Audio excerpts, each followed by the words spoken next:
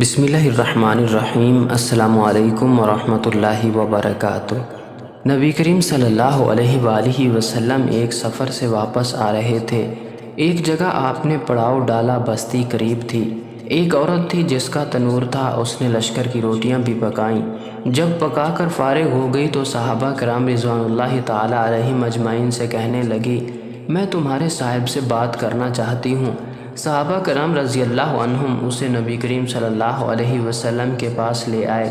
کہنے لگی، اللہ کے پیارے رسول صلی اللہ علیہ وسلم، میں آپ سے ایک بات پوچھنا چاہتی ہوں۔ فرمایا، پوچھو۔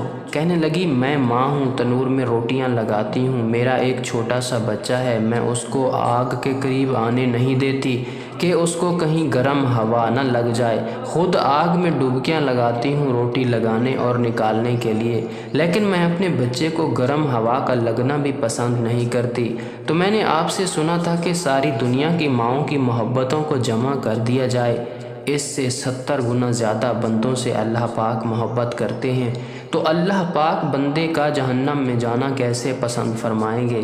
حدیث پاک میں آتا ہے کہ نبی کریم صلی اللہ علیہ وسلم نے یہ بات سن کر سر جھکایا، مبارک آنکھوں میں آنسو آنے لگے، روتے رہے حتیٰ کہ جبرائیل علیہ السلام اللہ کا پیغام لے کر آئے، میرے محبوب اس عورت کو بتا دیں، اللہ نے ان پر ظلم نہیں کیا، انہوں نے اپنی جانوں پر خود ظلم کیا، اپنے پاؤں پر خود کلہاڑی ماری، کیونکہ اللہ تو چاہتے ہیں کہ یہ بچ جائیں، لیکن بات یہ ہے کہ توبہ نہیں کرتے، توبہ کی طرف آتے ہی نہیں، بلکہ رب کی ماننے کی بجائے شیطان کی مانتے پھرتے ہیں اور توبہ کو ضائع کرتے ہیں، بھول جاتے ہیں، تو یہ تو اپنے عمل کی وجہ سے جہنم میں جائیں گے۔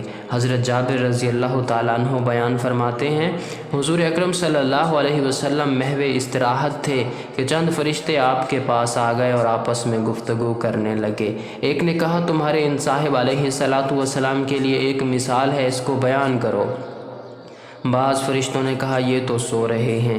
دوسروں نے کہا، ان کی آنکھیں تو سو جاتی ہیں لیکن ان کا قلب مقدس بیدار رہتا ہے۔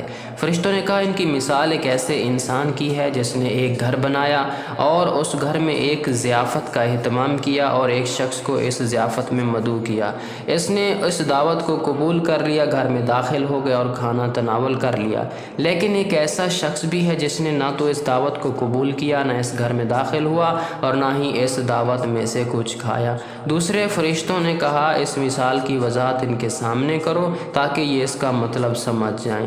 اس پر بعض فرشتوں نے کہا، یہ تو سو رہے ہیں، لیکن دوسرے فرشتوں نے کہا کہ ان کی آنکھیں سوتی ہیں مگر دل بیدار رہتا ہے۔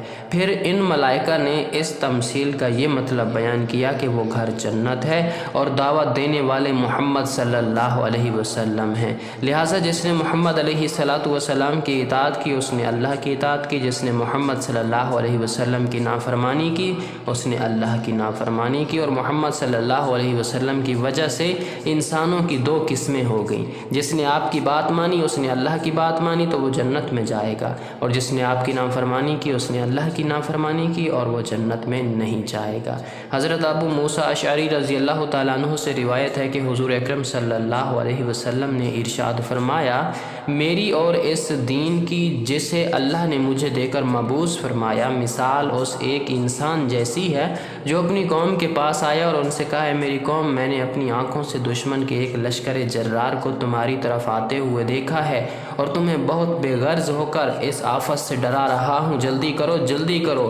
چنانچہ اس قوم کے کچھ افراد نے تو اس کی بات مان لی، سر شام کی وہاں سے محفوظ پناہ گاہوں کی طرف چل دیے اور آرام سے چلتے رہے اور بچ گئے، لیکن اس قوم میں کچھ افراد نے اس خبردار کرنے والے کو جھوٹا گردانا اور وہیں پر مقیم رہے۔ دشمن کے لشکر نے ان پر علل صبح ہی حملہ کر دیا، ان کو ہلاک کر کے ان کا نام و نشان تک مٹا ڈالا۔ یہ مثال ان لوگوں کی ہے جنہوں نے میری بات مانی اور جو دین حق میں لے کر آیا ہوں اس پر عمل پیرا ہوئے، اور ان لوگوں کی جنہوں نے میری نافرمانی کی اور میرے لائے ہوئے دین حق کو جھٹلایا۔